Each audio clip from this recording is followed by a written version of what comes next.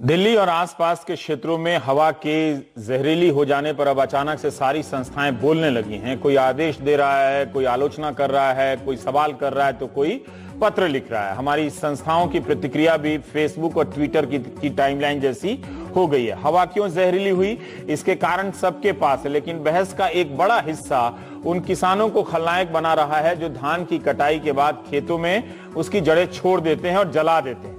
यह साफ नहीं है कि हवा इसी के कारण जहरीली हुई है या इसमें दिल्ली की लाखों करोड़ों गाड़ियां और सड़क की धूल का कितना योगदान है। मगर यही अब इस प्रदूषण का चेहरा बन गया है। हर सोसाइटी में डीजल इंजन के जनरेटर चल रहे हैं, दफ्तरों में चल रहे हैं, डीजल गाड़ियां खरीदने की होड़ मची है, मगर उनमें से कोई खलनायक नहीं है। आजकल हम समस्या का सबसे पहले एक इमेज बनाते हैं, फिर समाधान के नाम पर किसी को विलन बनाते हैं और उसे डिबेट में उसकी कुटाई करते हैं, फिर खुश हो जाते हैं कि सॉल्यूशन हो गया।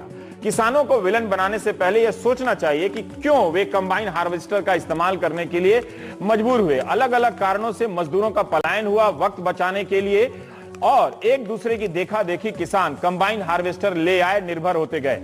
किसानों के लिए सुविधा होने लगी कि कंबाइन मशीन एक दिन के लिए किराए पर ले आए और धान या गेहूं की कटाई खत्म 2-3 दिनों के भीतर। हार्वेस्टर में आगे पंखा चलता है जो फसल को तेजी से अपनी ओर खींचता है। उससे टकराकर पकी हुई फसल के दाने भी खेत में बिखरते हैं। कटाई होने के बाद जमीन की सतह से 1 से 1.5 फुट ऊपर तक फसल का हिस्सा बच जाता है धान में।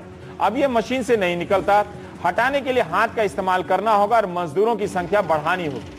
लागत से परेशान किसान इसका बोझ नहीं उठा सकता, लिहाजा वो जलाने की कोशिश करता है। कायदे से खेतों में रह गए पुआल को, भूसे को बेचकर वो कमा सकता था, मगर उसे लागत लगानी पड़ेगी निकालने के लिए। तब किसानों ने एक और रास्ता निकाला, जलाने लगे। वो अब इसलिए भी जलाते हैं क्योंकि पुआल से हमारा रिश्ता टूट गया है, अब यह हमारे काम का नहीं रहा। पहले यह जानवरों के साथ साथ इंसानों के भी काम आता था, घर आदि बनाने में और खाद में भी। इसलिए आदमी अपने लिए भी पुआल बचाकर रखता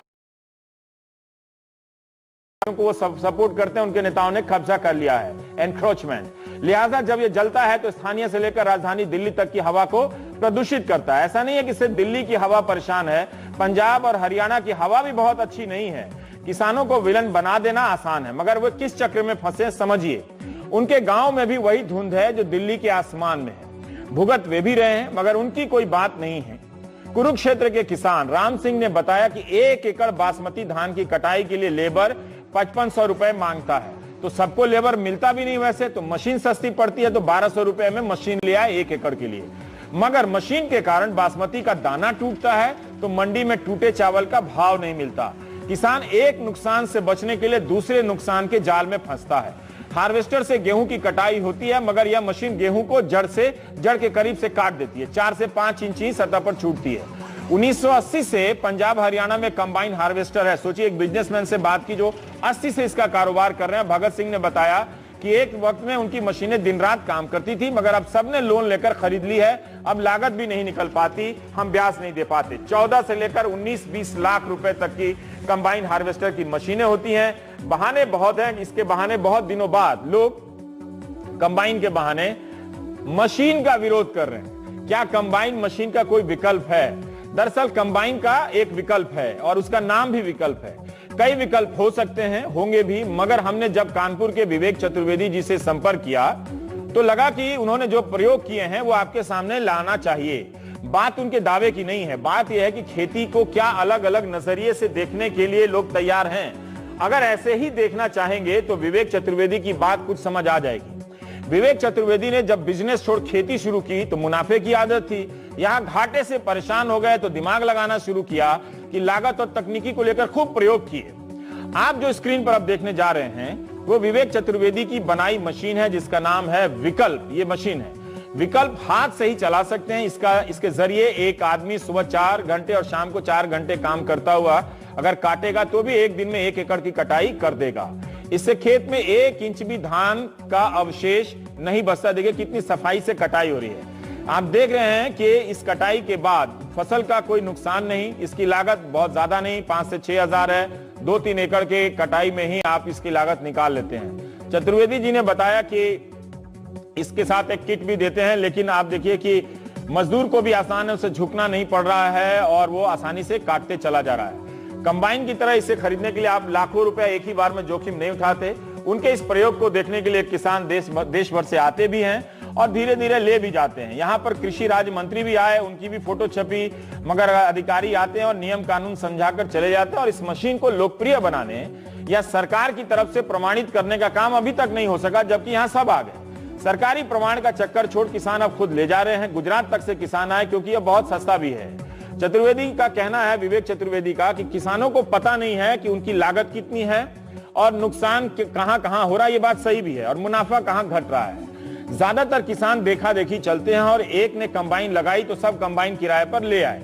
उन्होंने यह भी बताया कि कंबाइन के कारण खेत में ही 2 से 3 क्विंटल अनाज गिर जाता है और टूट जाता है। जो राम सिंह बता रहे हैं वो अलग, उससे आप 5 से 10 हजार रुपया प्रति एकड़ का नुकसान वहां सहते हैं। फिर दाने टूटने पर दाम कम मिलते हैं तो और नुकसान बढ़ता है। 1 एकड़ खेत में 20-22 क्विंटल अगर धान होता है तो 35 से 40 क्विंटल के करीब पुआल को गुच्छे में, धान के पुआल को गुच्छे में बांधा जाता है और 100 गुच्छे की कीमत 200 रुपए होती है। औसतन 1 एकड़ धान के खेत से 6 से 8 हजार का भूसा मिल सकता है और गेहूं के खेत से 15 से 20 हजार का। मगर जला देने से नुकसान होता है। किसानों की कमजोर आर्थिक शक्ति का नुकसान सिर्फ वही नहीं उठाते, हम और आप भी उठा रहे हैं। ये जो पुआल जिसे जला रहे हैं उसे खेत में छोड़ दिया जाए तो खाद में बदल जाता है। अब विवेक चतुर्वेदी को सुनिए। आजकल प्रतिदिन टीवी पर और अखबारों में दिल्ली में बढ़ते प्रदूषण की चर्चाएं हो रही हैं। ये कहा जा रहा है कि दिल्ली में सांस लेना मुश्किल हो गया है, पंजाब में अंधेरा छाया हुआ है। तो इसका मुख्य कारण कंबाइन मशीनों द्वारा फसल की कटाई है।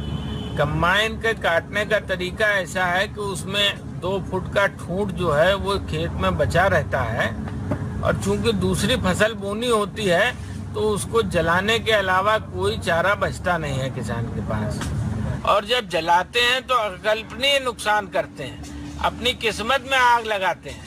आप ये समझ लीजिए कि जब हम जलाते हैं तो जितने भी जीव जंतु, बैक्टीरिया, माइक्रोब जो भी जमीन में हमारे मित्र हैं वो सब जल के मर जाते हैं, जिससे कि वर्षा का जल नीचे जा नहीं पाता और खेत में सारा कार्बनिक मैटर जला के हम सत्यानाश करते हैं। तो इस समस्या का सरकार या सुप्रीम कोर्ट या इनके पास कोई उपाय है कि सिर्फ इस पे चिल्लाती रहना पड़ेगा?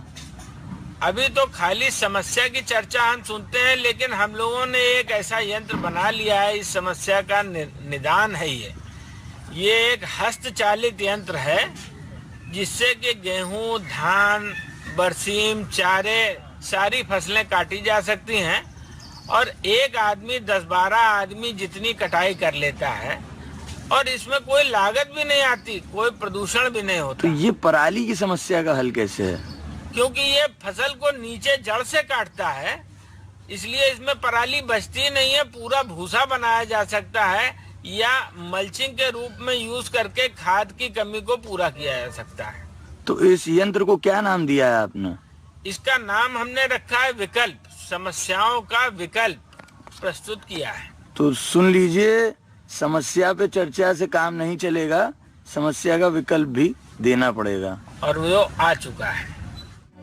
कमाल है, आ चुका है। देखिए, हमने उनसे कहा कि आप व्हाट्सएप पर रिकॉर्ड करके भेज दीजिए, तो चतुर्वेदी जी ने एडिट करके कितना अच्छा भेजा है।